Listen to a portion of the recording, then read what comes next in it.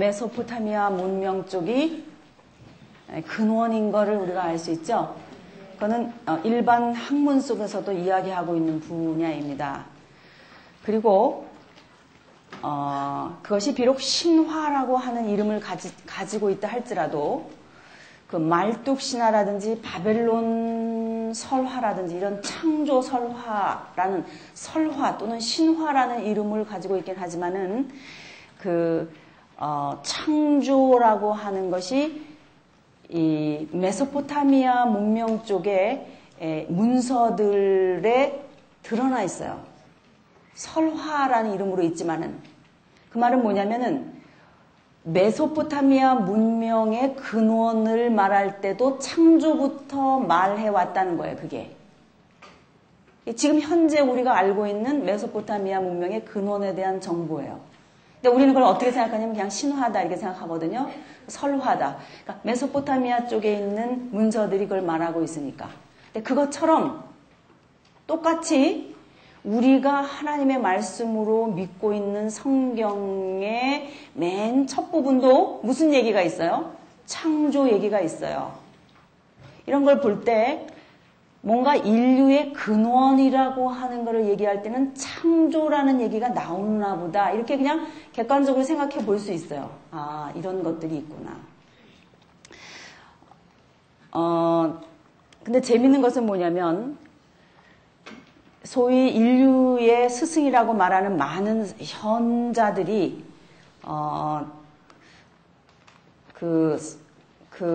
도, 진리 이런 것들을 말하면서 거의 형이상학적인 얘기들을 많이 해요.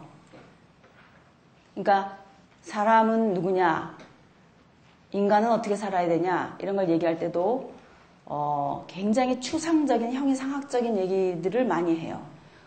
무슨 도 개념이라든지 또는 무슨 장자나 노자나 또는 공자나 맹자나 할 것 없이 이런 분들이 다 얘기하는 얘기를 들어보면은 사람의 정신세계 속에서 나오는 얘기들을 이론화한 것들이 많이 해요. 다시 말하면 형이상학적인 것들이라 이 말이에요. 근데 너무나 이상한 거는 성경은 우리가 어떤 책이냐 그러면은 영적인 책이라고 생각하잖아요. 영적인 책. 성경 그럼 뭐가 영적인 거 이런 생각하는데 너무나 아이러니컬하게도 성경의 출발은 물적이라는 것입니다. 그렇죠? 물리적인 거로 출발해요. 그러니까 첫째 날에서 여섯째 날까지 하나님이 행하신 일을 보면 영적인 세계가 아니라 무슨 세계예요? 물리적인 거를 만드신다는 거예요. 그러니까 첫째 날에서 여섯째 날까지 하나님이 하신 이 일들을 보면은 전부 다 자연이라는 용어를 붙일 수 있는 대상물이라는 거예요. 그렇죠? 그러니까 이런 거를 생각해 보면은 좀 특이해요. 그러나 여기에 굉장히 중요한 비밀들이 있습니다. 사실 우리 대부분은 다 그 유일신 창조주 하나님을 믿습니다. 여기 계신 분들은 내가 인격이 있는 것은 하나님이 인격자이시고 내가 생명이라고 하는 걸 가지고 있다고 하는 것은 하나님도 생명이시기 때문에 그렇다. 이렇게 우리의 모든 존재의 그 기반을 하나님에게 둡니다. 그런데 그 이유는 뭐냐면 우리를 창조하신 창조주이시기 때문이다. 이렇게 두는 건데 인류의 근원에 대해서 인간의 그 근본에 대해서 창조주라고 하는 자리를 두려고 하지 않는 사람들의 입장도 굉장히 많이 있어요. 그거를 논리적으로 잘 정리해 놓은 사람 중에 누가 있냐면 노자 같은 사람이 있어요. 그런 사람은 무슨 얘기를 했냐면은 도가도 비상도다. 그러니까 도를 감히 무엇이냐라고 말할 수 있다면 다시 다른 말로 말하면 진리입니다. 인간이 결국 찾아내려고 하는 진리, 인간이 누구냐, 어디로부터 와서 어디로 가느냐 이런 모든 비밀들을 알아내는 것을 도라고 말한다면 도가도 비상도다. 가히 말하라고 한다면 그것은 항상 고정적으로 있는 것이 아니다 그랬어요. 도가도 비상도다. 그럼 뭐냐? 프로세스가 있는 것이다. 일정하게 이것이다 라고 말할 수 있는 그런 정체성이 있는 것이 아니라 늘 변화하는 것이라는 거예요. 그래서 말할 수 없다는 거예요. 그러니까 이런 그 프로세스라고 하는 과정 속에서 나온 그 개념들이 어떤 것들이 있냐면은 나중에 불교 같은 데서도 이런 것들을 얘기합니다. 공개념이라는 거예요. 공개념. 그러니까 아인슈타인의 상대성 원리 같은 것들도 일정하게 정해져 있는 게 아니라 상대성 원리예요. 어떤 하나가 일정하게 있는 게 아니라 서로 어떤 관계에 있다는 거예요. 상대적인 거라는 거예요. 변한다는 거예요. 상대적이라는 거예요. 그런 것처럼 그러니까 현대 과학에서 이야기하는 것과 현대 철학이나 또는 고대 철학, 동양 철학에서 얘기하고 연결되어 있는 것들 중에 중요한 개념이 뭐냐면 어떤 근원, 절대 원리 이런 것들을 고정화시키고 싶지 않은 거예요. 변한다고 생각하는 거예요. 즉 상대적이라고 생각하는 거예요. 절대화시키고 싶지 않은 거예요. 절대적이다, 이것뿐이다 라고 말을 하려면은 그 근원을 창조해 둬야 되기 때문이거든요. 우주 만물의 근원에 둬야 되고 뭔가 절대자를 부여해야 되거든요. 그 절대자라고 하는 자리를 두기 싫기 때문에 그런 개념들을 말해요. 그래서 조계종의 성철 스님 같은 분은 돌아가시면서 그런 말 했잖아요. 내가 살아오면서 민중을 많이 속였다. 나는 무간지옥으로 내려간다. 그런 말을 했어요. 돌아가시면서 열반송을 그렇게 불렀어요. 고승들은 돌아가시면서 하나씩 돌아가시는 노래를 부르는데 그걸 열반송이라고 그러거든요. 그런 노래를 부르고 가신 거예요. 그러니까 그거를 해석하기가 너무 어려웠던 거예요. 그래서 후계자들이 그거를 이렇게 해석했어요.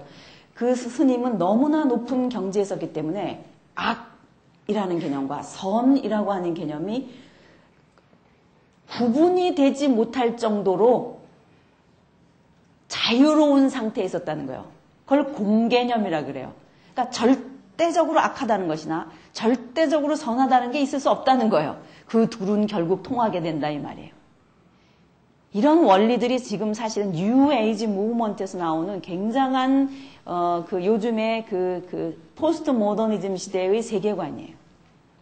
절대라는 개념을 없애고 싶은 거예요. 왜냐하면 절대라는 말을 쓰려면 절대자가 있어야 되거든요. 그런데 우리는 절대자가 있다고 믿죠. 그 절대자가 누구라고 믿는 거예요? 창조주 하나님이라고 믿는 거예요. 근데 그 창조주 하나님이라고 믿느냐, 그 창조주 하나님을 인격자로, 나처럼 인격자로 믿느냐, 아니면 어떤 개념으로 또는 원리로 믿느냐에 따라서 굉장한 엄청난 부속 개념들을 파생시킵니다. 즉 창조주 하나님으로 믿느냐, 도라고 하는 개념으로 믿느냐, 창조주 하나님 인격자로 믿느냐, 궁극적인 기반이라고 하는 서양 철학에서 얘기하는 절대 원리를 그런 식으로 얘기하느냐, 또는 제1원인이라고 말하느냐, 또는 천이라고 하는 개념으로 말하느냐, 또는 객이라고 하는 개념으로 말하느냐, 이런 어떤 눈에 안 보이는 원리나 이런 것들을 창조주 하나님의 자리에 대신 놓고 ultimate reality, 궁극적인 실제라고 하는 이름으로 두면서 창조주 하나님을 까내리는 거예요. 그게 이 세상에 있는 다른 세계관에 나타난 신개념이에요. 엄청난 그 출발점이 부속 개념을 낳는다는 거예요. 인격자냐 원리냐, 인격자냐 도냐, 인격자냐 기냐, 기 아시죠? 기. 단전호흡 같은 거 할 때 이렇게 기를 빨아들인다 뭐 이런 거 있잖아요. 그거. 그런데 우리 성경은 이제 우리가 뚜껑 열어야 되잖아요. 지금 창출민수 사사망 대란호도 다 했고 이제는 창세기를 들어가야 되는데 쫀자리를 또 쪼야 되잖아요. 지금 우리가. 그냥 쪼도 국물도 안 나오는 이 창세기 앞부분을 쪼고 또 쪼고 새해가 될 때마다 또 읽고 창세기를 읽어도 무슨 말인지 모르고 그러는데 언제까지 그럴 거냐는 거죠. 그러면 이 창세기 초도를 읽어보면 이 우주 만물의 오리진, 물질 세계의 그 오리진뿐만이 아니라 여기는 뭘 얘기하고 있냐면은 인격, 영혼, 정신, 자유개념, 뭐 가정, 역사, 사회, 사랑 이런 그 소위 인간의 형이상학적인 실존을 얘기하고 있단 말이에요. 아주 날카로운 다이아몬드의 각도처럼 정확하게. 우리가 못 찾아내서 그랬지. 그러니까 만약에 이 창조 부분을 읽을 때 막연히 신화 같다 그런 생각을 하면서 뚜껑을 열면서 이렇게 그거를 읽으면은 어떻게 되냐면은 이렇게 되는 거예요. 나는 신화적인 인물이다. 왜? 내가 지금 읽고 있는 여기가 신화니까. 나도 뭐인 거예요? 나도 신화적인 존재예요. 그런데도 머릿속으로는 막연히 여기를 뭐로 생각하는 거예요? 신화 같다. 그러면서 읽는다 이 말이에요. 사실로 잘 안 생각하고. 그래서 이 삼라만생의 우주 만물에 몸 기대어 살고 있는 우리가 나라는 존재의 이 과학적인 측면 이거를 분명히 가지고 있으면서도 신화처럼 생각하면 이상해지는 거예요. 나는 분명히 과학적인 존재거든요. 내 세포에 들어있는 핵이나 분자나 전자나 양성자나 이런 마이크로 세계뿐만이 아니라 이런 극대화 세계, 은하계의 세계까지 이르기까지 하나의 오차도 없이 지금도 움직이고 운행되고 있는 이 자연과학의 세계에 대해서 내가 연합해서 살고 있으면서 이거를 그런 존재이면서 이 물질 세계가 어디서부터 왔는지를 읽을 때는 여기는 신화 같다라고 말한다면 신화라고 이름 붙이기에는 너무나 과학적이라는 거예요. 우리의 삶이. 그렇지 않습니까? 너무너무 과학적이에요. 산소 없으면 못 살죠. 물 없으면 못 살죠. 별들이 지나다니다 부딪혀갖고 터지기만 해도 우리는 못 살죠. 끝없이 펼쳐져 있는 이 자연과학의 세계의 질서라고 하는 것은 너무나 바늘끝만한 오차도 없이 움직이고 있는 자연과학이라는 것입니다. 그러니까 교회를 다니면서도 창세기 앞부분을 읽으면서 막연히 여기는 이렇게 신화 같다 그렇게 한다면은 나 자신을 포함한 삼라만생의 오리진을 현실화하지 못하고 신화라고 하는 이상한 느낌을 가지면서 막연히 정체성도 없이 뿌리도 없이 둥둥둥둥 부초처럼 떠다니는 신앙을 갖게 된다 이 말이에요. 조금이라도 정직하게 생각만 한다면은 나라는 존재의 궁극적인 뿌리가 이 신화에 내릴 수는 없다. 신화처럼 느끼면서 내가 이걸 읽을 수는 없다. 그런 마음을 여러분 가져야 돼요. 진짜로. 그 다음 두 번째는 뭐냐? 그럼 신화처럼 읽을 것도 아니라면 그럼 뭐냐?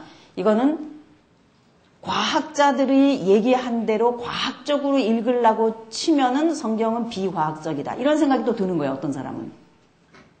어떤 사람은 너무 신화처럼 읽어서 걱정이고 어떤 사람은 너무 과학적으로 읽다 보니까 이게 비과학적인 것 같은 거예요. 성경이.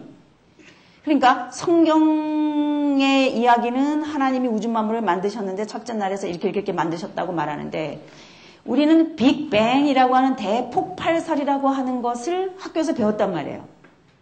그래서 조그마한 이 에그에서부터 고밀도의 이 에그같이 되어 있는 이것이 막 터지면서 이 우주 만물이 생겼다 이렇게 배웠거든요. 그러면 그거를 그런 식으로 우주 만물의 출발을 과학적으로 빅뱅이라고 하는 것부터 팍 터뜨려 버리면 무슨 문제가 생기냐? 물질이라고 하는 것부터 출발을 했는데 그 속에 살고 있는 우리는 정신, 아까도 말씀드린 영혼, 자유, 사랑, 역사, 가정 이런 우리가 참 목매어 가치를 부여하는 이런 개념들이 있는데 그런 거를 설명해낼 수가 없는 거예요. 과학이라고 하는 빅뱅이라고 하는 물질에서부터만 온 거라면 그 눈에 안 보이는 형이상학적인 그런 개념들은 어디서부터 온 거냐라고 물어볼 때에 너무도 과학적으로 생각하면 그거를 설명할 수가 또 없는 거예요. 그러면 신화처럼 읽자니 신화 같지도 않고 과학적으로 보자니 과학적으로는 어긋나는 것 같고 이런 애매모호한 회색적인 지대 속에 여러분의 정체성을 뿌리내리고 있으면 그것이 앞으로 이어져 내려가면서 여러분의 신앙의 칼라가 돼요. 그게. 그러니까 첫 출발점이 어디냐가 여러분이 앞으로 어떤 신앙을 갖게 만드느냐 이런 거를 만들어낸다 이 말이에요. 그러므로 진리라고 하는 것은 이제 출발하는 창세기 앞부분에서부터 출발하는 이 진리라고 하는 하나님의 말씀은 반드시 창조의 뿌리 내려야 한다를 보여주기 위해서 1장 1절부터 무슨 얘기가 나오는 거예요? 창조 얘기가 나오는 거예요. 그러니까 이 창조에 우리가 우리 뿌리를 내려야 우리라고 하는 가장 최고 가치를 두는 이 생명이라고 하는 그 생명 원리, 이 생명의 원리가 이어져 나오는 것이지 창조에 기대어 사색하지 않으면 그 이후에 우리에게 등장하는 무슨 영생이니 부활이니 내세니 천국이니 구원이니 이런 개념들을 추출해낼 수 있는 근거가 없는 거예요. 창조가 희미해지면. 그러면 나라고 하는 존재의 뿌리, 내 기원이 창조이냐 빅뱅이냐 창조냐 진화냐 그 둘 중에 하나 어떤 선을 긋고 가야 하는지 한번 여러분과 함께 정리하고 싶어요. 왜냐하면 우리는 그동안 초등학교, 중고등학교, 대학을 지나오면서 과학을 배웠거든요. 근데 이 과목은 우리가 성경을 하나님의 말씀으로 못 믿게 하는 위대한 힘이 있어요. 그래서 학교에서 배운 거는 과학적이고 성경에서 말해주고 있는 비과학적이다. 이렇게 생각해요. 그래서 교회에 발들여 놓고 교회 생활을 하면서 머릿속에는 이제까지 세상 학문으로 들어와 있던 여러 가지 정보들로 웬만하게 이렇게 설정해 놓고 그 다음에 이제 교회에 들어와서 설교를 듣거든요. 근데 이 세상에서 들었던 여러 가지 정보들이 교회에서 설교 말씀을 통해서 하나님이 우주 만물을 창조하셨습니다. 이렇게 아무리 이렇게 해도 교정이 안 돼요, 잘 그게.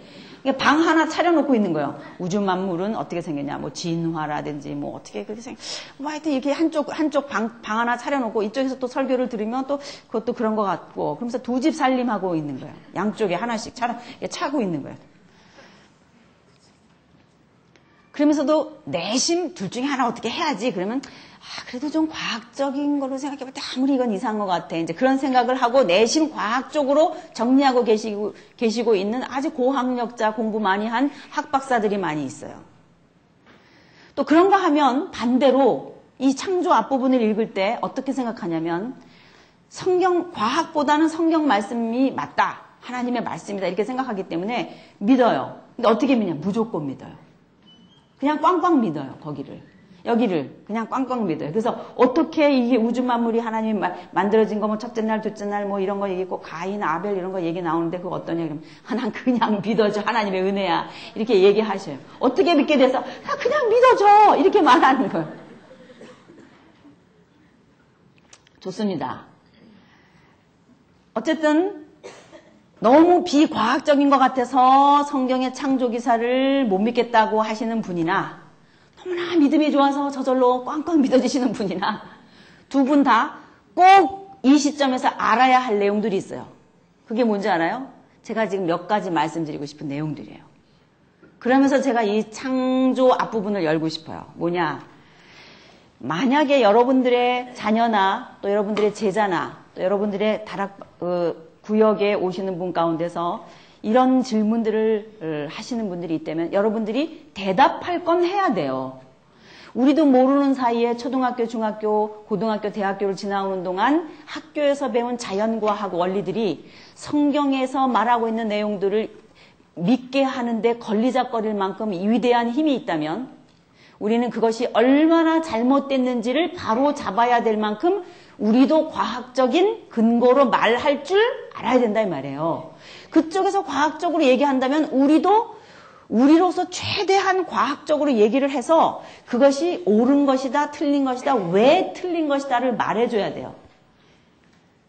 근데 솔직히 말하면 지금 현재 우리나라에 있는 그 교과서나 자연과학을 쓰고 있는 이 교과서나 이런 것들 또 미국의 그 사이언스 저널 같은 데서 기록되는 이런 그 데이터들이나 이런 것들은 세상 학문에 영향을 받고 있는 것이고 영적 전쟁이에요. 그리스도인으로서 창조론을 전제로 해가지고 이런 논문들을 써가지고 과학제 저널에 발표를 해도요. 그렇게 발표하는 사람들은요. 라인에서 끊어져요. 미국에서도. 그러니까 창조론을 주장하면서 이것들을 얘기하면요. 그것이 아무리 과학적으로 근거 있는 얘기를 하더라도 그 과학이라고 하는 이름을 붙이고 있는 영역에 발붙이지 못하게 한다 이 말이에요. 그게 그렇습니다. 그렇기 때문에 우리 학교에서 가르치는 교과서도 그렇게밖에 쓰지 못하게 해요. 제가 지난번에 한동대학에서 강의를 하는데 이렇게 편말이 붙었더라고요. 뭐 김정은 교수 뭐 저쪽 써있어요. 김정은 교수는 우리 시카고 있을 때 시카고 대학에서 그 공부하던 그 집사님이신데 그분이신가? 로 김영길 박사님한테 물어봤더니 그분이라는 거예요. 그분이 지금 연세대학에서 딜이 까고 있다는 거예요. 연대 교수로 갔는데 지금 교과서 완전히 새로 만들려고 딜이 하는데 내가 아주 마음에 드는 형제라고 김영길 박사님이 그러시더라고요. 지금 그리스도인들 중에서 창조가 얼마나 과학적인가라고 하는 것을 열심히 가르치고 쓰고 논문 쓰고 조사하는 분들이 얼마나 많은지 몰라요. 우리가 교회 안에 있으면서도 이 창조를 무조건 믿어 그럴 일이 아니에요. 왜? 우리 아이들이 학교에서 이걸 뭐 하니까? 배우니까. 우리도 배울 만큼 배우고 가르치기 위해서 우리도 뭐 해야 돼요? 연구해야 돼요. 제가 여러분에게 몇 가지를 말씀드리고 싶어요. 그게 뭐냐면 첫째,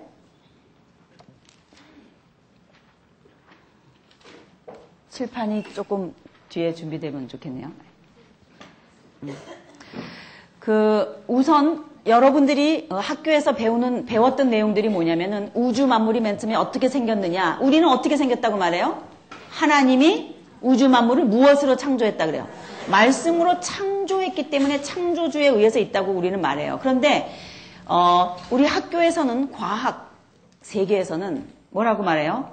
빅뱅이라고 말한단 말이에요. 카모프라고 하는 사람이 1947년에 그런 얘기를 했어요.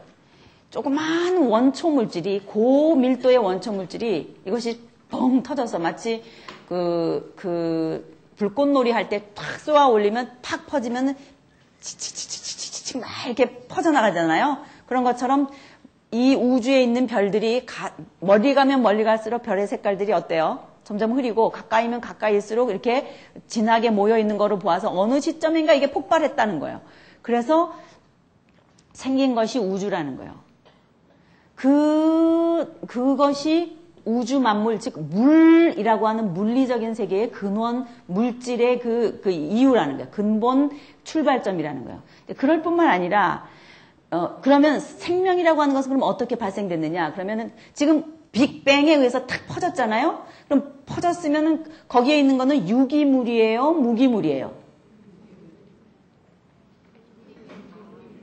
빅뱅에 의해서 어떤 고도의 물체가 팡 터졌다면 거기 있는 거는 유기물이에요, 무기물이에요? 무기물이에요, 무기물. 즉 생명을 이룰 수 있는 그런 것들이 있는 것이 아니라 무기물이라는 거예요. 신진대사가 일어나는 생물의 그런 일이 일어나는 물질이 아니라 원소기호라든가 이런 것들로 되어 있다는 거예요. 퍼져서. 무기물. 광물이라 이 말이야. 쉽게 얘기하면 광물. 그런데 지금은 광물만 있어요? 생물이 있어요? 이 땅 위에. 우리 같은 사람도 있단 말이에요. 그럼 이거 어디서 났냐? 이렇게 말하면 뭐라고 말해야 될 거 아니에요? 과학에서. 그럼 그게 어디서 났냐? 하고 말해야 되는데 어떻게 말해야 될지 모르는 거예요. 근데 이때 이거에 대해서 말한 중요한 사람이 누구냐면은 오파린이라고 하는 러시아에 있는 사람이에요. 1936년도에 무슨 얘기를 했냐? 이런 얘기를 했어요. 지금같이 산소가 들어있는 그런 대기가스가 아니라 환원성의 물질로 되어 있는 원시 대기가스였다, 그때는. 근데 그런 상태에서 아르곤이라든지 헬륨이라든지 질소라든지 암모니아라든지 이런 것들이 수증기와 함께 엉겨 있었던 원시 대기가스였는데 그것이 공중에서 방전을 일으키기도 하고 이렇게 어떤 그 전기 같은 스파크가 일어나면서 거기에서 아미노산의 원인이 되는 물질 몇 개가 발생됐다는 거예요.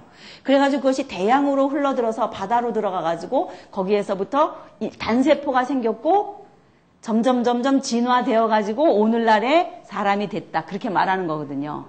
그런 얘기 들어보셨죠? 예. 그 원시 대기가스에서부터 무기물에서 유기물로 변화되게 하는 그 과정을 밀러라고 하는 사람이 실험을 했어요. 시카고 대학에 있었던 학자인데 밀러라고 하는 사람이 그 실험을 했어요. 1953년도인가 그때 실험했어요. 그래가지고 그 사람이 한 실험이 굉장히 유명한 실험인데 그것이 뭐냐면 생명을 발생시키는 플라스크라고 하는 실험을 했어요. 생명 발생의 그 실험을 했어요.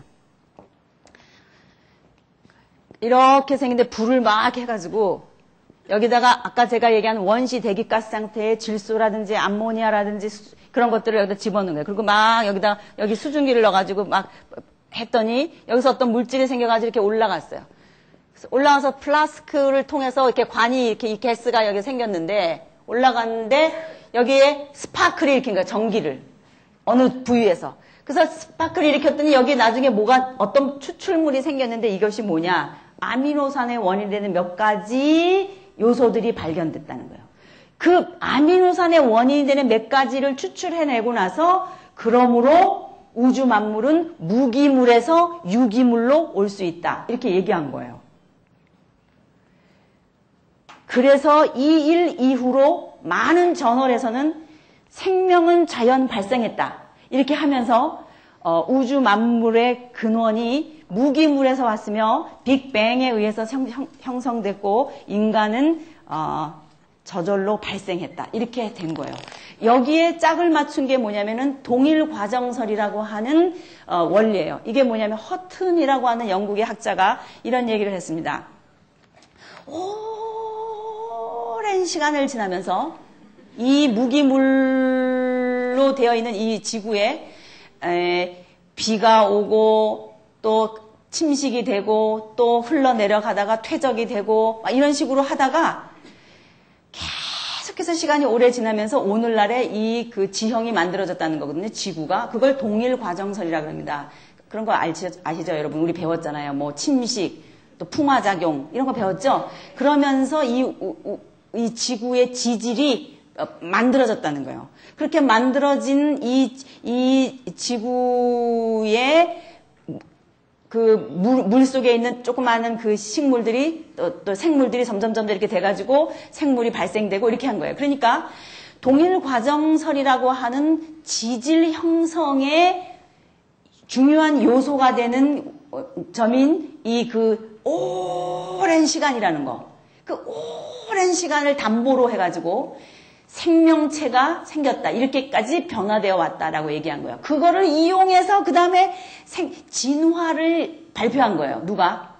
다윈이. 그 다음에 다윈이 그거를 발표한 거예요. 19세기 초에. 그러니까 다윈은 사실은 이 다윈이 아이디어를 얻은 데가 어디였냐면은 그 멜서스라고 하는 그 사회과학자가 쓴 인구론에서 얘기한 거예요. 그건 뭐냐면은 너무나 이 세상에 먹을 것은 제한되어 있는데 먹으려고 하는 생물체들은 많아가지고 적자 생존. 그러니까 싸워가지고 힘센 놈만 남아가지고 살아남게 된다 이 말이에요. 예, 그거를 얘기를 했어요. 그래서 인구론을 얘기하면서 식량을 얘기하면서 사회과학 원리로 얘기했거든요. 멜서스라는 사람이. 그런데 그거를 사회과학 논문을 읽고 이 진화론을 쓴 다윈이 생명의 진화를 똑같이 연결시키고 싶은 아이디어를 찾아낸 거예요. 아, 맞아. 생명체도 그렇게 적자 생존에 의해서만 남아서 오늘날의 인류까지 진화되어 온 걸 거야. 오랜 시간을 통해서 이렇게 생각한 거예요. 그래서 사회과학 원리를 아이디어로 해가지고 자연과학 원리를 끄집어낸 게 진화론이에요. 적자 생존에 의한 뭐예요? 진화론을 얘기한 거예요. 여러분, 진화론은 종의 뭐라 그래요? 기원이라 그러죠. 적자 생존에 의한 종의 기원이에요. 어떻게 자연 도태되지 않고 남아있었던 적자들이 그 다음 생물체로 진화될 수 있는가? 이런 걸 얘기했어요. 이야, 진짜 대성학원이네. 여러분 지금 그러죠? 우리가 예수를 믿으면서 지금은 옛날처럼요. 예수 믿고 천당이 아니에요. 어째서 그러냐? 그리고 따진단 말이에요, 사람들이.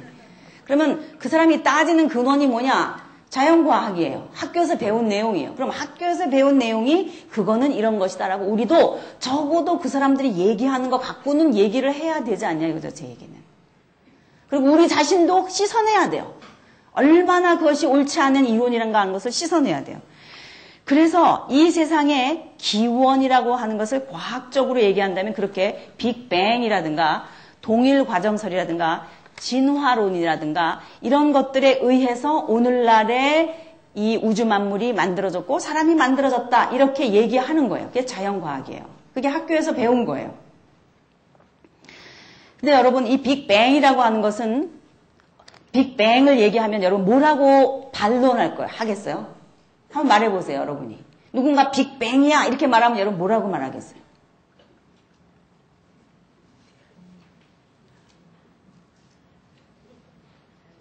뭐가 있었다고 그러잖아요, 이게. 빅뱅, 맨 처음에. 그건 어디서 나왔냐 물어볼 수 있겠죠? 맞아요. 이거는 어떤 얘기냐면 맨 처음에 빅뱅을 일으킨 에그라고 말하는 원초 물질은 그러면 어디서 나왔느냐? 우리 질문할 수 있습니다, 과학에게. 그러면 하는 말이 뭐예요? 원래부터 있었다. 아니면 뭐예요? 원래부터 있었다. 아니면 뭐예요? 아니면 뭔지 알아요? 모른다예요. 그래서 원래부터 있었다라고 말하면은 제 까만 색깔 마커펜이 어디로 갔는지 모르겠네. 원래부터 있었다라고 말한다면 그거는 뭐냐면 물질 영원설이에요. 맞죠? 물질은 어떻게 됐다? 원래부터 있었다. 그 다음에 또 하나는 뭐예요? 뭐라 그래요? 그건 어디서 났어? 그럼 뭐라 그래요? 모른다. 그래요. 모른다. 그런 걸 유식한 말로 뭐라 그래요? 불가지론이라 그러는 거예요. 모르겠다. 어떻게 해서 우주 만물이 생겼는지. 그럼 모르겠다라는 서 할 수 없어요. 물질 영원설이라고 하는 이것이 어떻게, 물질이 어떻게 해서 영원 전부터 있었냐라고 말을 하려면은 뭐라고 말해야 되냐면 우리는 물질은 어떻게 한다라고 말해야 돼요. 이거죠? 뭐예요? 자존한다. 맞죠? 어디서 났어? 그럼 뭐라 그래요? 본래 있었어. 그럼 본래 있었다는 말은 뭐예요? 그것이 본래 스스로 있었다라는 말을 해야 돼요. 스스로 있었다라는 말을 안 하려면 무슨 말을 해야 돼요? 누군가에 의해서 만들어졌다라고 말해야 돼요. 그걸 뭐라 그래요? 타존이라 그래요. 그럼 누군가에 의해서 만들어졌다라고 우리는 말하는 거예요. 그거를. 빅뱅의 이론이 과학적으로 맞을 수 있습니다. 빅뱅에 의해서 생겼다라고 말하는 원초 자존은 틀리지만 하나님이 우주 만물을 만드실 때 그 원리를 마치 제1연력학 법칙, 제2연력학 법칙, 뉴턴의 만유 인력 법칙, 맨델의 유전 법칙, 게놈의 지도 이런 것을 과학적으로 설정하신 하나님이 빅뱅의 원리처럼 우주 만물을 만드실 때 별들을 그렇게 그 방법으로 만드실 수 있죠. 우리는 그걸 수용할 수 있습니다. 그런 방법론으로. 그러나 이것들이 처음에 자존했다라고 말할 수는 없어요. 딜레마입니다. 빅뱅의 딜레마가 뭐예요? 물질이 영원하다라고 말해야 되는 거예요. 그리고 그러려면은 물질은 스스로 뭐 해야 돼요? 자존해야 돼요. 물질이 스스로 자존하려고 한다라고 하는 말은 이미 과학이에요? 비과학이에요? 비과학이에요. 그러므로 과학의 뿌리는 허상입니다. 빅뱅이 얘기하고 있는 과학의 뿌리는 허상이라는 거예요. 그러므로 빅뱅을 들이대고 나오는 우리 젊은 아이들이나 과학자들이 있다면 여러분이 그래도 여러분은 나름대로 이런 설명을 해주면 좋겠다는 거예요. 그러니까 빅뱅의 원물질이 어디서 나왔는지를 모르는 것뿐만이 아니라 이것이 퍼질 때 터져가지고요. 굉장히 질서정연하게 공중에 떠 있잖아요. 지구만 하더라도 언제나 변함없이 하루에 어떻게 해요? 스스로 자전하면서 지구의 태양의 둘레를 공전하잖아요. 23시간 48분 46초인가? 23시간 뭐 돌잖아요. 그래서 윤년이 생기잖아요. 정확하게 그거를 한단 말이에요. 그럼 정확하게 하고 있는 이 원리와 힘은 이렇게 무작위로 팍 폭발해가지고 어떻게 생기냐 이거예요. 그런 게 다 뭐예요? 문제예요. 그런 거를 과학적으로 설명을 할래야 할 수가 없습니다. 그러니까 지금 우주 자연 법칙을 대칭적으로 지탱하고 있는 힘들이 있어요. 중력이 있고요. 전자기력이 있고, 양력이 있고, 강력이 있고, 이런 힘들이 있어요. 자장, 이런 거 아시죠? 그, 눈에 안 보이는 그런 힘들이 있어요. 우리 몸에도 전기 흘러요. 요즘 제가 요번에 아프니까, 지금 오늘의 교회에서 맨날 강의만 끝나면 저를 여기다가 전기로 지시직 그런 거를 해줬어요. 별게 다 있더라고요. 우리나라에 나와보니까. 별 희한한 앞봉 무슨 뽕 그러면서 이렇게 침들이 얼마나 그런 게 많은지 오래 살았다고. 우연히 이것이 폭발했다 하더라도 그 기가 막힌 질서를 가지고 이런 힘으로 이 지구가, 이 우주 만물이 공중에 떠가지고 이렇게 그 궤도를 이루고 있다는 것 자체가 과학적으로 설명하기 어렵다 이 말이에요. 그게. 그뿐만 아니라 가장 중요한 빅뱅의 오류는 뭐냐면 제1연력학 법칙과 제2연력학 법칙에 어긋난다는 거예요. 여러분이 아는 대로 제1연력학 법칙은 뭐예요? 질량불변의 법칙입니다. 질량불변의 법칙은 에너지는 생성되거나 소멸되지 않는다. 배웠죠? 다만 그 에너지의 유용성이 변화되는데 어떻게 변화되느냐? 파괴되는 쪽으로 변화돼요. 예를 들면 예를 들어서 이렇게 이걸 제가 마우스를 쓰면 이 마우스를 10년, 20년, 30년 쓰면 이게 점점 헤어져요, 깨끗해져요. 헤어진단 말이에요. 이것이 점점 나쁜 쪽으로 그 에너지의 유용성이 나쁜 쪽으로 흘러가요. 파괴돼요. 그러나 그 속에 있는 힘은 그 에너지는 그대로 있는 거예요. 이 세상에 있는 에너지는 그러니까 점점 적어지는 것도 아니고 점점 많아지는 것도 아니고 뭐예요? 이 안에 있는 질량은 뭐예요? 불변하다 이 말이에요. 그건 뭘 말해요? 언젠가 시작점이 있었다는 거예요. 시작도 변하지 않는 거고 그렇다면 언젠가는 시작점이 있었어야만 가능한 거예요. 그 안에서 변하지 않는다면. 무슨 말인지 잘 모르겠죠? 하여튼 제가 드리고 싶은 말씀은 이 빅뱅의 원리라고 하는 것이 뭐라는 거예요? 과학적인 것이다. 비과학적인 것이다. 제가 그거를 말하고 싶은 거예요.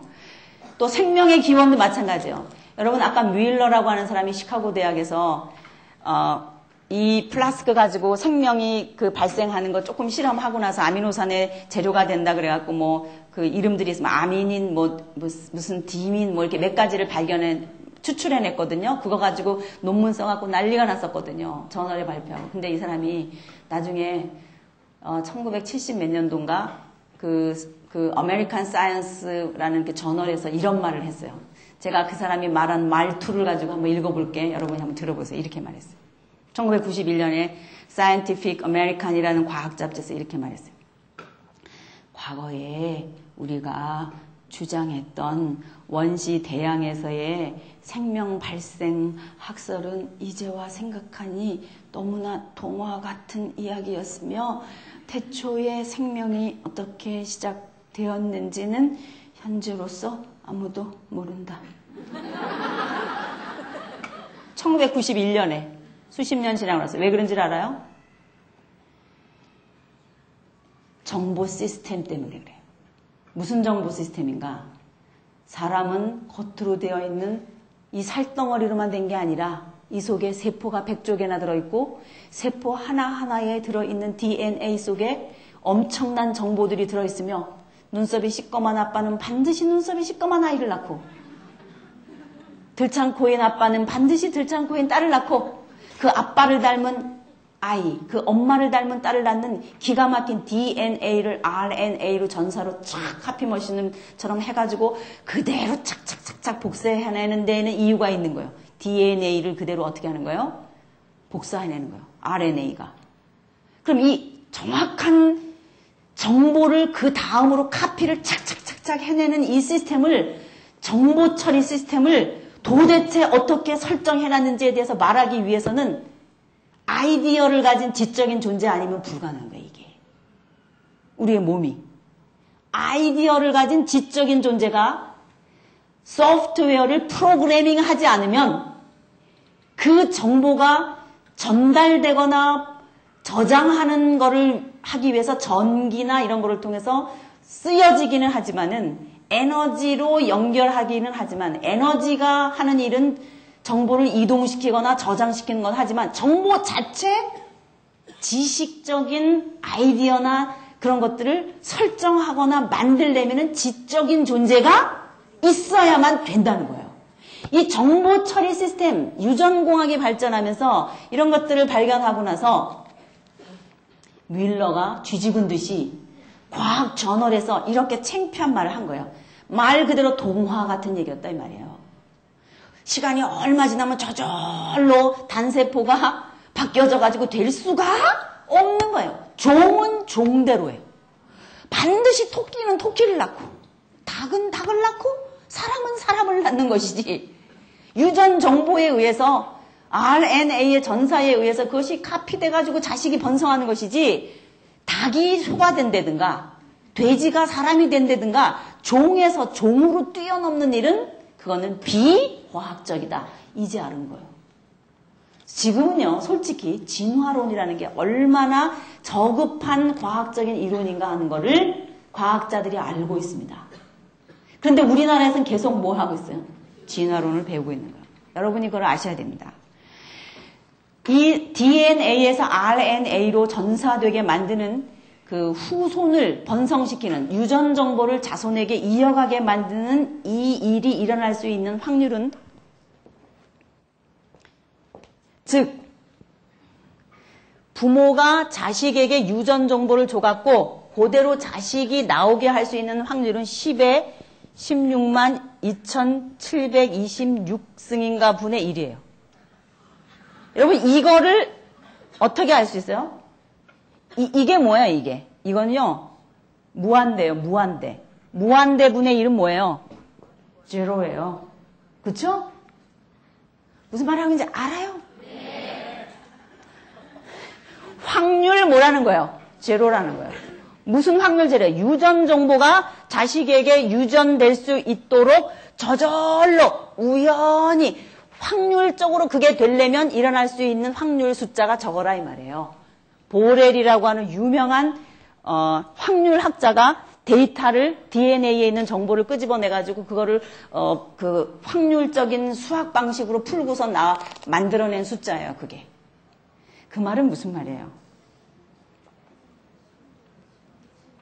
누군가에 의해서 기가 막힌 고도의 지식에 의해서 이것이 프로그래밍 되지 않는 한 우리 몸 안에 DNA라고 하는 구조의 염기쌍 배열, ATCG로 되어 있는 염기쌍 배열, 이렇게 꽈배기처럼 꽈 있는 거 있잖아요. 거기에요, 전부 글씨들이 4개씩 있다고. ATCG라고 불리우는 염기쌍들이 있어요. 어떤 때는 AT, 어떤 때는 TC, CG 이런 식으로 돼갖고 두 쌍씩 되어 있어요.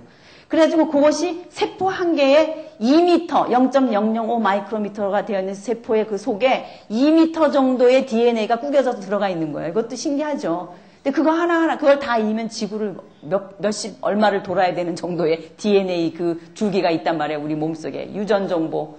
전부 뭐예요? 암호거든요. 암호. 그 암호가 몇 개 들어있어요? 우리 몸에 100조 개나 들어있다고요. 여러분 몸이요.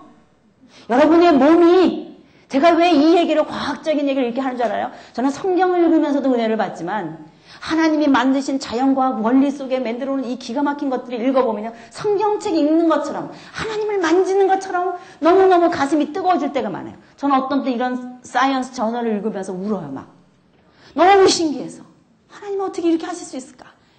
그러니까 생물책을 읽으면서, 지질학 책을 읽으면서 우리는 하나님을 만나야 돼요. 맞죠? 왜? 누가 하신 거니까? 하나님이 하신 거니까. 저의 결론은 이거예요. 진화론이나 창조론이나 다 띠오리예요. 론이라는 거예요. 론은 증명되지 않은 하나의 가설이에요. 하이파시스예요. 가설이라고 하는 것은 뭐예요? 실험으로 데이터를 끄집어낼 수 없는 거예요. 그 수도 없는 진화론자들이 얘기하는 몇 백억 년 동안의 일을 어떻게 다시 재생할 수 있어요. 그러므로 그거는 실험 불가능한 일이에요. 그래서 그것도 띠오리예요. 진화론이라는 거예요. 창조론도 마찬가지예요. 창조주 하나님이 창조하신 순간부터 일어난 일을 우리가 어떻게 그걸 재현할 수 있어요.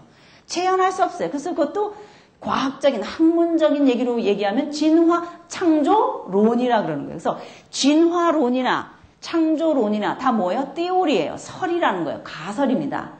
그러면 이거를 학문적으로 우리가 얘기해보라면 이렇게 말할 수 있어요. 진화론이나 창조론이나 둘 다 과학적인 대상이 아니라 무슨 대상인 줄 알아요? 둘 중에 하나 믿어야 되는 대상이에요. 왜? 둘 다 실험의 결과로 나온 게 아니니까. 진화론은 과학이에요? 아니에요. 비과학이에요. 증명해낸 게 아닙니다. 진화론은. 그래서 진화론도 우리가 믿어야 되는 거예요. 진화론을 믿거나 아니면 뭐를 믿는 거예요? 창조론을 믿거나. 진화론은 과학이고 창조론은 신앙이다. 무식한 얘기예요. 진화론도 뭐예요? 신앙이에요. 그걸 믿는 거예요. 증명의 대상이 아닙니다. 그러면 뭘 믿어야 되나? 여러분 둘 중에 하나 믿으세요. 이제 제가 강요하는 거 아니에요. 둘 중에 하나 믿는 건 여러분의 선택이에요. 둘 다 어차피 믿는 거예요. 진화론은 뭘 믿는 건가? 우주 만물은 우연히 존재해요. 확률 10에 16만 7626승분의 1. 확률 제로의 상황. 내 몸에 있는 이 모든 것들 생긴 거 보면 그런 확률인데 그거를 우선 뭐 해야 돼요? 믿어야 돼요. 우연이 됐다고. 그 확률이 생긴 거예요. 여러분 복권 당첨되는 거 알죠? 로또. 나에게도 희망은 있다. 이제 한국은 완전히 로또의 인생을 거는 것 같더라고요. 로또. 이 확률 대단하잖아요. 그거 하나 당첨되려면 얼마나 힘들어요. 그 확률과 비교해 볼 때 몇 배라고 말할 수도 없는 정도의 확률이에요. 이 확률은. 그런 확률에 우주 만물이 우연히 생겼다라는 사실을 뭐 해야 돼요? 믿어야 돼요. 그걸 믿어야 돼요. 진화론을 믿으려면. 그리고 또 뭘 믿어야 되냐? 물질은 어떻게 한다? 스스로 존재한다라고 믿어야 돼요.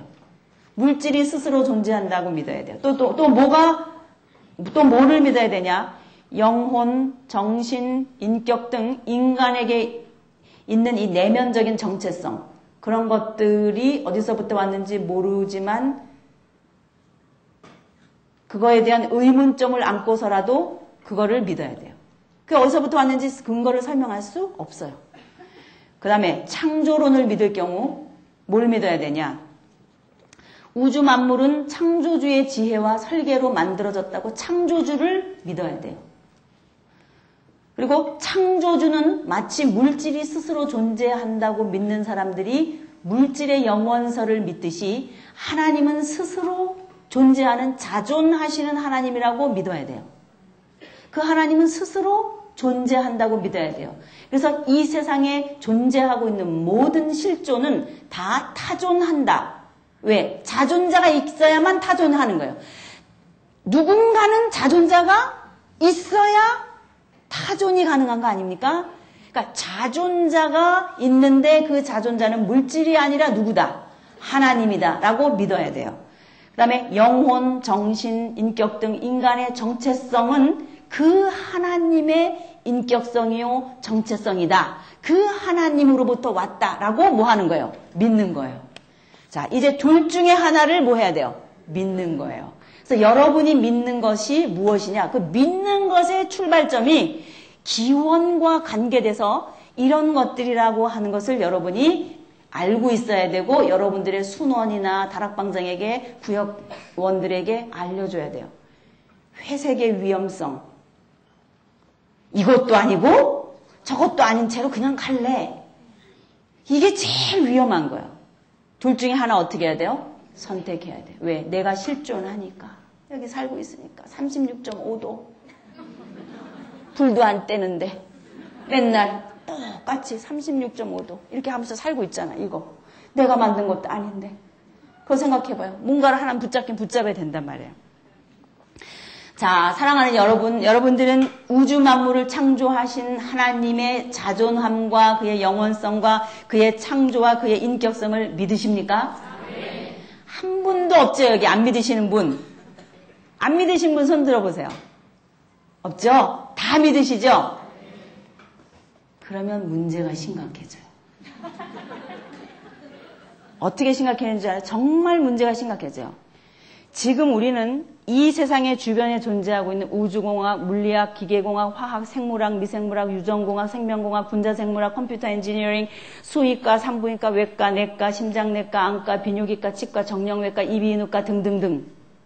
이 세상에 존재하고 있는 소위 자연과학이라고 말할 수 있는 분야의 모든 근원자는 누구라고 생각해야 돼요? 하나님이라고 생각해야 돼요.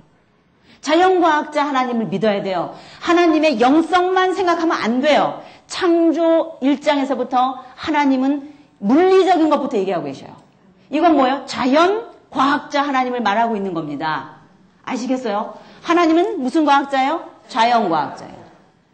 내가 지금 마시고 있는 산소, 먹고 있는 물, 대기권 안에서만 가능한 이런 현상들, 내가 숨쉬고 살고 있는 이 삶의 환경이라고 하는 자연과학의 환경이라고 하는 것이 하나님으로부터 분명히 왔다고 하는 것을 내가 순간마다 느껴야 돼요. 이게 뭔지 알아요? 에덴에서 사는 거예요.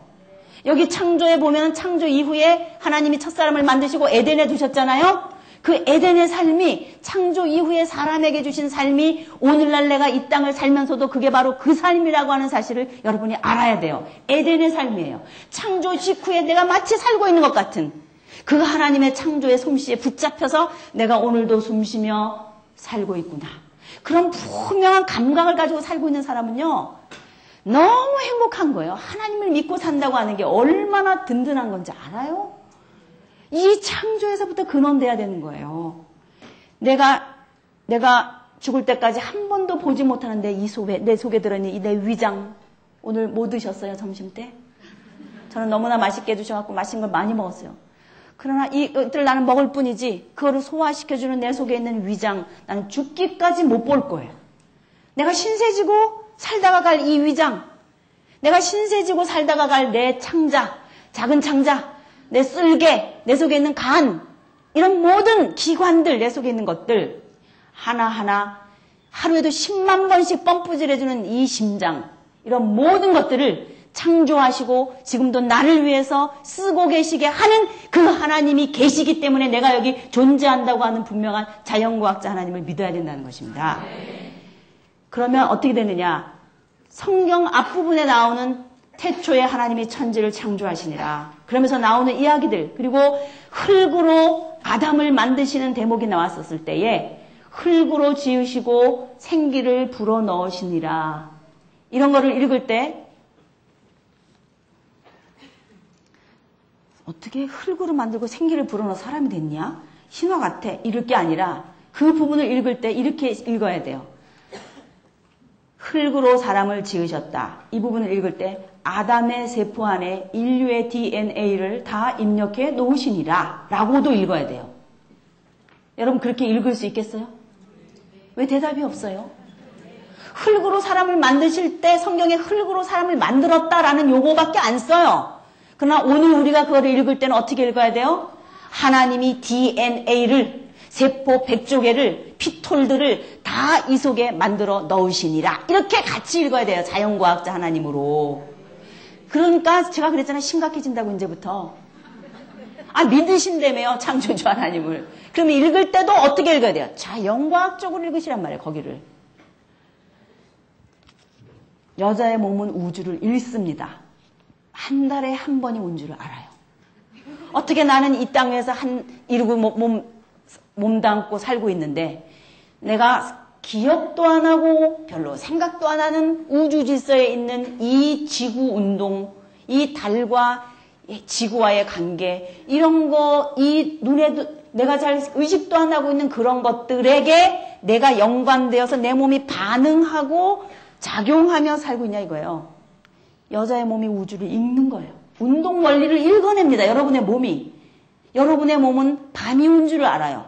어떻게 꼭 잠잘 시간만 되면 졸려요? 그게 뭘 말하는 거예요? 우주가 누구하고 연결되어 있는 거예요? 나하고 연결되어 있는 거예요. 어마어마한 나 하나 이곳에 생존하게 하기 위해서 하나님은 어마어마한 투자를 하신 거예요. 나 때문에. 첫째 날부터 넷째 날까지, 여섯째 날까지 하신 일이에요. 누구 하나 두시려고, 나 하나 두시려고. 우리가 학교에서 공부를 많이 하고 자연과학의 원리들이 발견되면 발견될수록 유전공학의 세계들을 공부하면 할수록 창세기의 말씀이 얼마나 위대한 말씀이며 창세기 1장 1절부터 시작된 하나님의 역사의 결과에 의해서 나라고 하는 이 실존이 이 땅에 발딛고 살면서 하나님을 몸기되어 살고 있구나. 이런 생각을 해야 된다 이 말입니다. 창조 앞부분을 읽을 때 화장실 가서 물 버리고 오죠? 물 버리고 올 때도 아 시원하다 그렇게만 생각할 게 아니에요. 내가 느끼지도 못하고 있던 사이에 내 몸 안에서 다 일을 해가지고 갔다가 나는 오기만 하면 되는 거예요. 내가 신경 쓰지 않아요. 그것 때문에 신경 쓰는 사람 얼마나 많은데요. 그렇죠? 그것 때문에 신경 쓰고 그거보다 더 큰 일 때문에 신경 쓰는 사람도 되게 많아요. 큰 일 작은 일 알죠? 제가 말씀드리고 싶은 얘기는 뭐냐면 과학이라고 하는 것은 물리적인 세계라고 하는 것은 창조 1장 창조 첫째 날에서부터 여섯째 날까지 일어나는 이 물리적인 요소라고 하는 것은 하나님을 반대하는 요소가 아니라는 거예요. 우리는 과학, 물리적인 거 그러면 괜히 알레르기가 있어요. 하나님 믿는 사람들이. 그거는 마치 하나님을 반대하는 것 같은 잘못된 생각입니다. 잘못된 세계관입니다. 그것은 누가 창조하신 거예요? 하나님의 피조물입니다. 성경책의 부록처럼 성경은 구속 역사를 이루면서 우리에게 영적인 구속을 말씀해주는 특별 은총의 역사가 기록된 것이지만은 이 세상에 있는 자연과학은 하나님의 자연 은총이에요. 일반 은총이라고 말하는 것입니다. 그러므로 이 세상에 나타나는 모든 법칙들, 이 세상에 있는 모든 자연과학 원리들은 하나님의 뜻이에요. 하나님의 자연과학적인 원리를 보여주는 거예요. 이것들은 지금도 100% 하나님의 뜻에 의해서 순종하고 있어요. 그렇죠? 얘는 언제나 이렇게 장미꽃은 요 모양으로 핀다 이 말이에요. 창조 이래로 여기서 우리에게 보여주잖아요. 언제부터 그런 거예요? 창조 때부터. 여러분이 그냥 이거 얼마짜리야? 그럴 게 아니에요. 이런 걸 볼 때도. 뭐든지 이 땅을 살아가면서 하나님이 창조하신 것들을 바라보면서 어떻게 하나님이 이렇게 기기묘묘하게 요것만 보더라도요. 요거 하나만 보더라도 기가 막히잖아요. 요거 잎사귀 하나. 요 속에 있는 선들 하나하나. 하늘에서 내려오는 눈송이 한 개 한 개가 생긴 모양이 다 다른 거 알아요, 여러분? 잎사귀 모양이 다 다른 거 알아요? 여러분의 생긴 모양 다 다른 거 알아요? 목소리 다 다른 거 알아요? 지문이 다 다른 거 알아요? 다 다른 거예요. 그렇게도 하나하나의 정체성을 가지고 살 수 있도록 하나님이 만든 걸 생각하시면 이 우주과학, 자연과학이라고 하는 것은 정말 하나님의 뭐라는 거예요? 작품이라는 거예요. 이 모든 우주 만물은 누구 때문에 하신 거예요? 그러니까 나 때문인 거예요. 나 때문에. 성경의 1차적인 해석에 의하면 누구 때문에 하신 거예요? 아담 때문에 하신 거예요. 아담. 그러니까 아담 하나 두시려고 첫째 날에서부터 몇째 날까지 오신 거예요? 여섯째 날까지 온 거예요. 성경을 이렇게 봐야 돼요. 그러면 이제 하나님의 창조의 완성인 주인공은 누구예요? 아담이에요. 이게 뭐냐? 여러분 제가 지금까지 얘기한 첫째 날에서 여섯째 날까지 얘기한 이거는 소위 학문의 세계에서 얘기하면 자연과학 원리라는 거예요. 뭐예요? 자연과학이라는 거예요. 여러분 자연과학이라는 말 알죠? 자연과학은 뭐예요? 여러분 중에서 이과 있죠?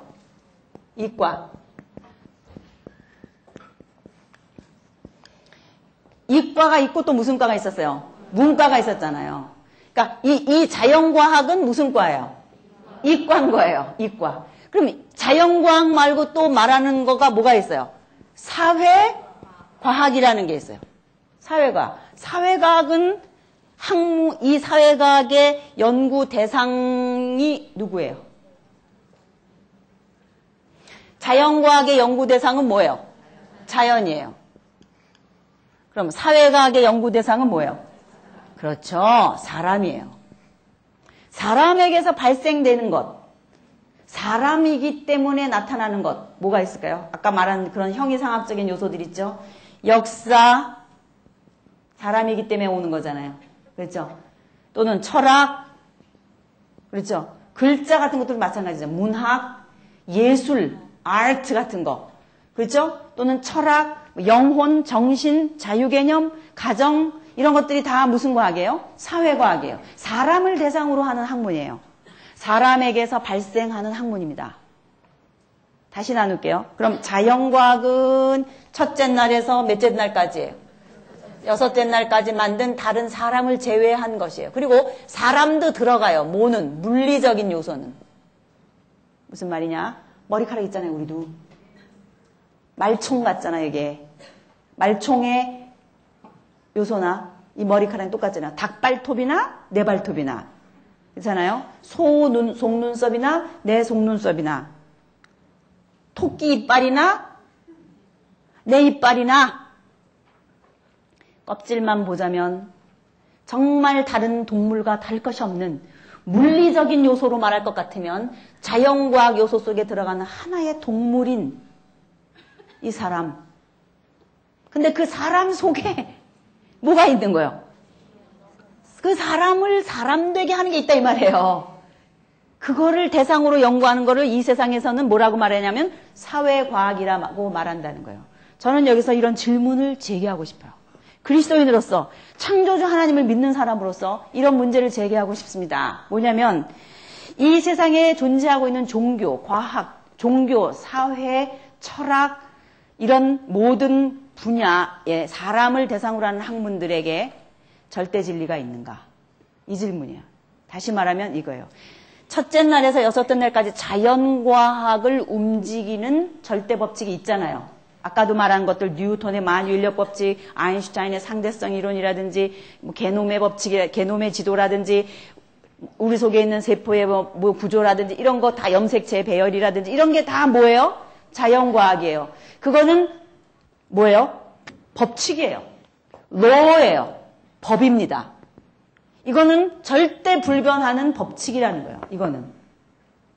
띠오리가 아니에요. 이거는. 법칙은. 이거는 뭐예요? truth예요. 자연과학 진리입니다. 이거는 변하지 않아요. 이 원리에 의해서 지금도 우주는 움직이고 있는 거예요. 조금도 변함이 없이. 만약에 바늘끝만한 오차가 있다 하더라도 궤도는 뒤엉키는 거 알아요? 수금지와 목도 천해명이. 뒤 엉켜버립니다. 팽이처럼.